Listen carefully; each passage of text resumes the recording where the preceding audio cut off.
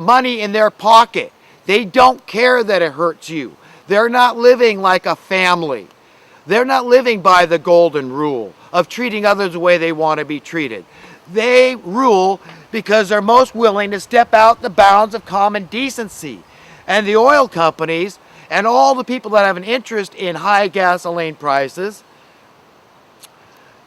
are just one example of the different special interest groups colluding together to form this monstrous monopoly, this establishment monopoly, the status quo monopoly that we see today. Okay, let's look at solving problems, folks. Because they talk about the climate, and this is why we got to depopulate, because human interaction, activity is destroying the earth. Okay, so they're always trying to get us to understand. So as people try to come out of Babylon, they throw some more mud in the water to keep us confused. It's like, just keep them off, keep looking, look over here, look over there, but don't ever figure it out. Don't ever figure out that if we start solving problems, that these illegitimate overlords, this murderous gaggle of thugs, they're criminal thugs, that's all they are. I'm not judging them, I'm not condemning them. Jesus, let vengeance be mine, said the Lord. That's what is written. All I'm saying is I'm calling a spade a spade. You will know them by their fruits, it's written. And their fruits are rotten. They stink to high heaven. They're liars and deceivers. They're frauds. This is a gigantic charade that makes absolutely no sense. Not just a little sense. It doesn't even make that. It makes absolutely no sense.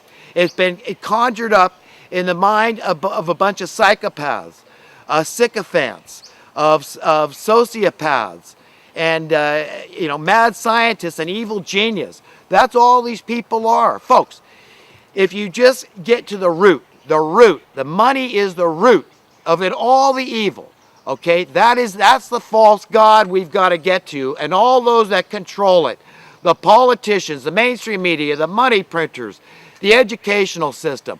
We've got to see through all their lies and duplicity, all the hypocrisy, and we've got to call them on it. We've got to say, you're wrong, I'm right, I see, and you're either a liar or you're ignorant of the truth or you're just an idiot.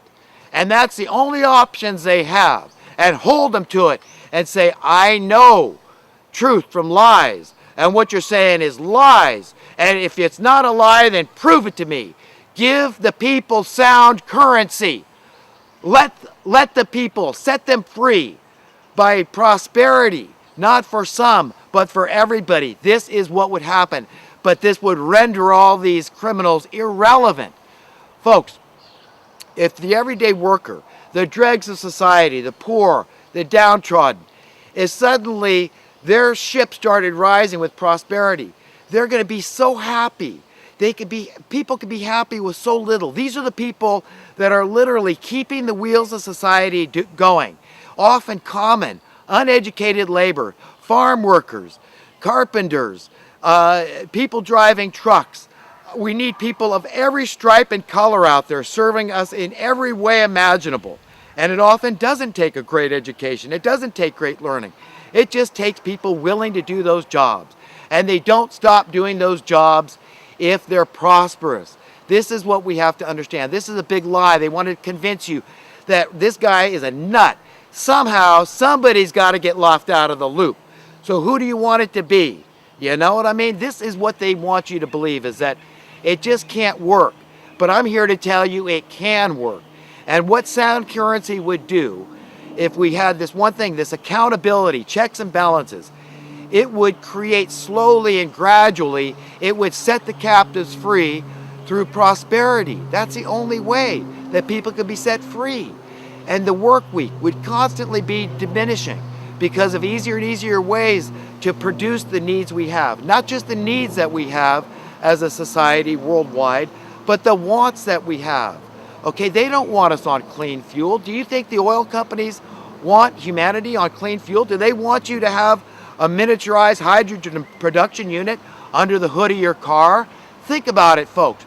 That's like saying, oh yes, they all want to be dirt poor. All the people that have oil interests tomorrow don't want that advantage of having that commodity, that asset. No, they don't want that anymore, do they? Okay?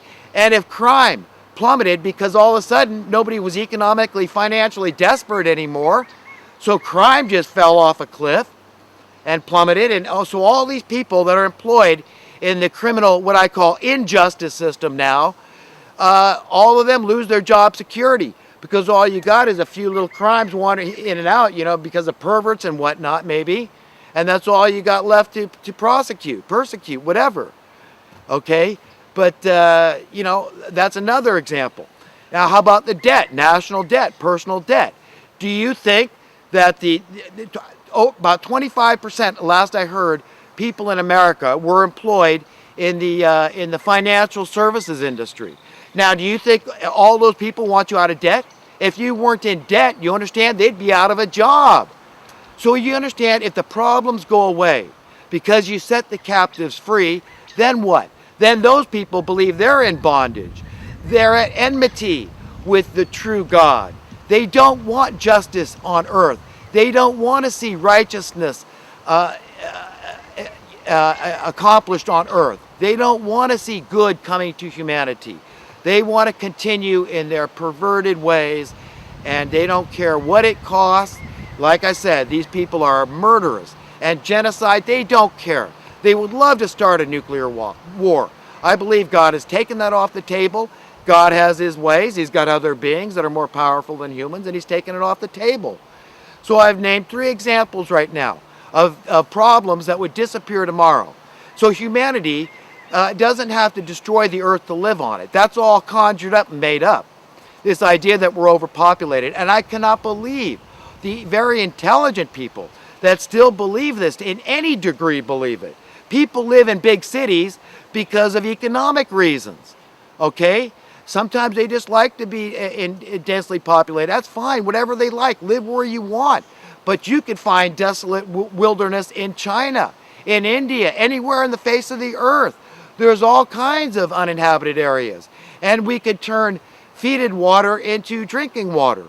We could turn ocean water into drinking water.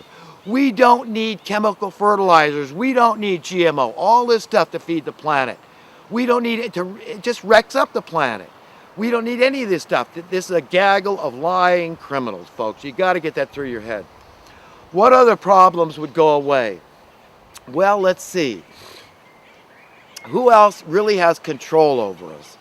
I guess the war industry would be a good example, like Eisenhower warned about. You know, this is an industry, and you know, in order that industry thrive, they've got to have warfare. So again, without the problem, they're out of business. So folks, you've got to just understand, you've got to have some wisdom, you've got to value that wisdom, and you've got to speak that wisdom. It's, you know, it's the least that we can do in service to God and man. I know that I'm compelled. If I don't speak out and do whatever is upon my heart and my mind to do, then I can't live with myself. I'm not being true to myself. And like Shakespeare said, we're all actors on a stage. It all makes sense, folks. We're told in Scripture to imitate God. It's all an act. Even when you get passionate, you're still acting as the person you want to be. You're just being true to yourself. So go out and be true to yourself and help convince other people that they want to be true to themselves. Be attractive, be loving, be kind, be caring. Show that you understand the correlation between the welfare of the least of men, like Jesus said, and your own welfare and their welfare, your brothers and sisters, that we're all one. And the only way you can ever attain true happiness is by pleasing the one and only God that owns not only your body but your soul. That is the source, that's the giver of all good things. And true happiness, this encapsulates a lot of different components, a lot of different facets are involved in attaining true happiness. And that's the only place that we can get it. We get it prayerfully by asking, going within, go like Jesus said, go in our closets and just consulting, you know, communing with that still small voice of God within all of us, our conscience, our umbilical cord to the truth. And we've got to help bring that to others so that we can have more of it ourselves. We must share it. And if we want to evolve and if we want to inherit a better world, we've got to work for that world. We've got to cultivate that world right within our hearts and minds. We've got to ready ourselves. Like Jesus said, the kingdom of heaven is within us.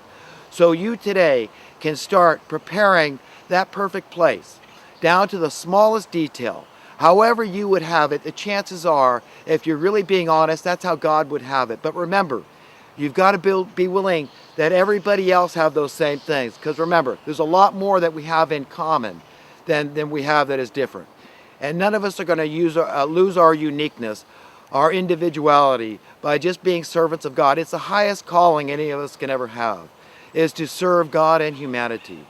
There's no other way that we can really serve God except by serving one another and doing what we can, whatever's put upon our hearts and minds, in whatever way we can, to do right and do good, and to teach others, the difference between the lies and the truth. And I wish the best to everybody, and have a great weekend, and hopefully we'll get to talk again sometime.